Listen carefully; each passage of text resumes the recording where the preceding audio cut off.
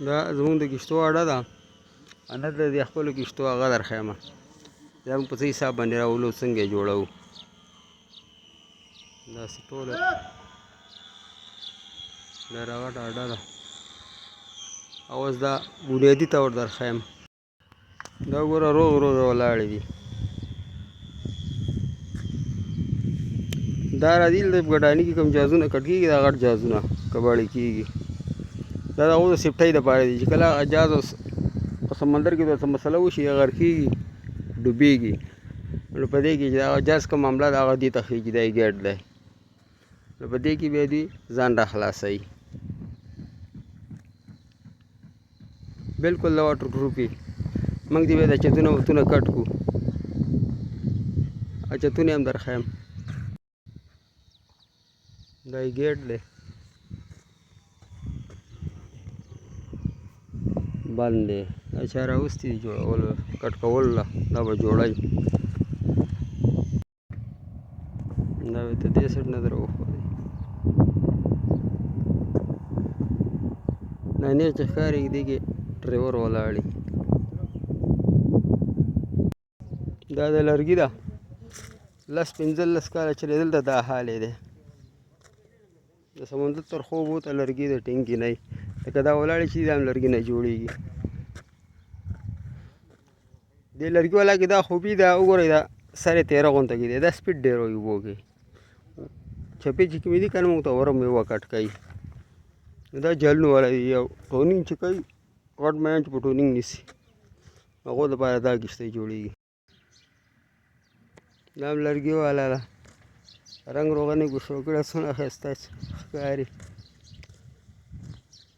دا بیا سمندر ته کې په یوه میاشت کې دا رنګ وړاوېږي، کچه رنګ دی. او زمونږ دا چې زړې شي، دا پایپر والا چې اوس پې درو ښودې جازونه والا، بیا ترې دا شی جوړېږي.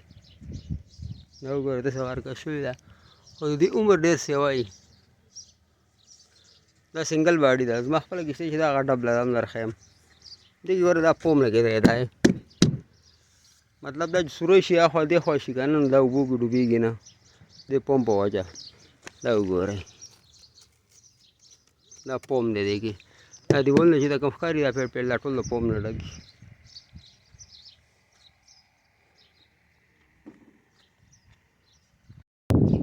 سرونه دا دی کټ کړي، دا چتونه دي، دا دې کټ کې بیا پزل پراته وي. دې په چتونو کې هم پوم لګېدلی، دا پوم. دا چت دې کټ دی، یو چت دا دی پروت دی. دې کښتۍ جوړه کړې، چت ده. اوس زما خپلې کښتۍ له بس دا دې ټول نه چتونه جوړ کړي دي. مزدور انجن یو قسم قسم انجن کې خلک لګوي، کې 3000 انجن لګېدلی دی. دا دی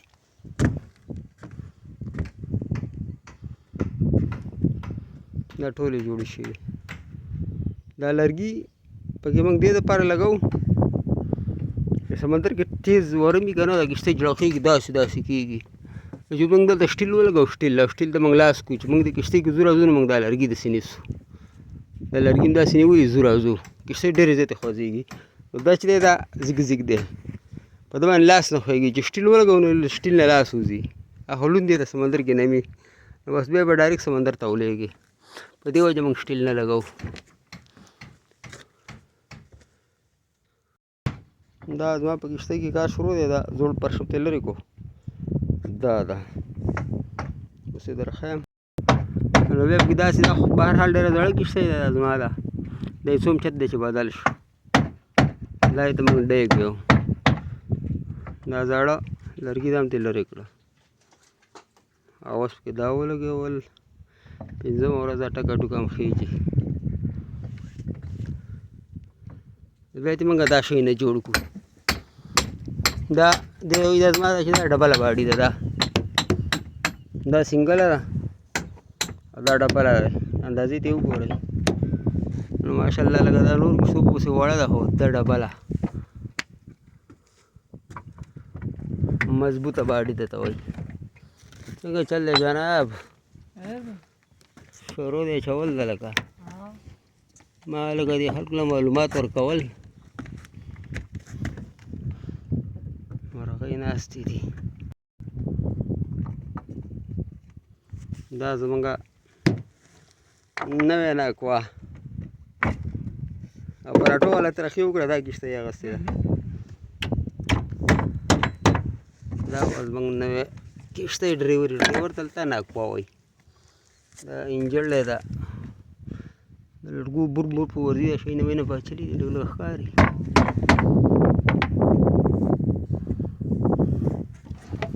دې ځای کې موږ خپل پرچ لګوو.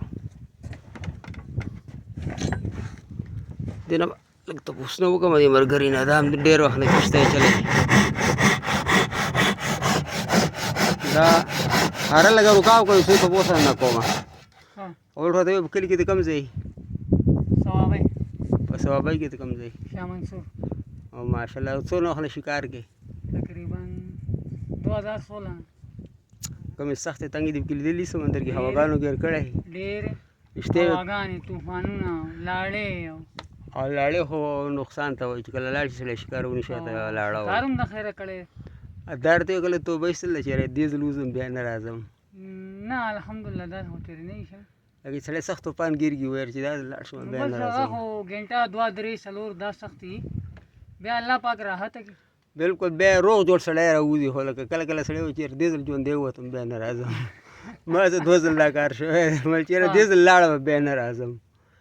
بیا هم په شوق دی لاړ شو. شوق خبره ده که نه.